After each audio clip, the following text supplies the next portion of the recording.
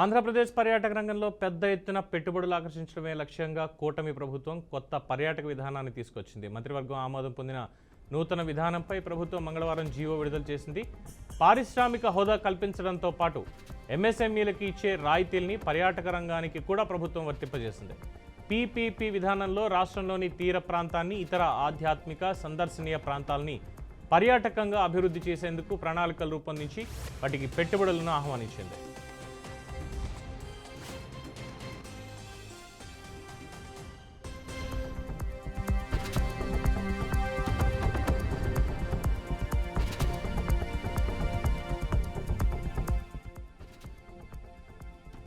పర్యాటక రంగానికి పెద్దపీట వేస్తూ పర్యాటక రంగంలో పెద్ద ఎత్తున పెట్టుబడులను ఆకర్షించి యువతకి ఉపాధి, ఉద్యోగావకాశాల లక్ష్యంగా కూటమి ప్రభుత్వం సరికొత్తగా కొత్త పర్యాటక విధానాన్ని తీసుకొచ్చింది. ఇటీవలే మంత్రివర్గం ఆమోదం పొందిన నూతన పర్యాటక విధానం మీద ప్రభుత్వం మంగళవారం నాడు ఒక కీలకమైన జీవో కూడా రిలీజ్ చేసింది.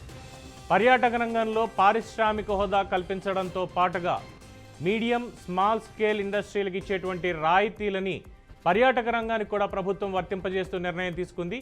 పీపీపీ మోడల్ విధానంలో రాష్ట్రంలో ఉన్నటువంటి తీర ప్రాంతాన్ని, అలాగే ఇతర ఆధ్యాత్మిక సందర్శనీయ ప్రాంతాలని పర్యాటకంగా అంతర్జాతీయ స్థాయిలో అభివృద్ధి చేసేందుకు ప్రణాళికలు రూపొందించి వాటికి పెట్టుబడులను ఆహ్వానించేందుకు కార్యక్రమాన్ని చేపట్టింది కూటమి ప్రభుత్వం.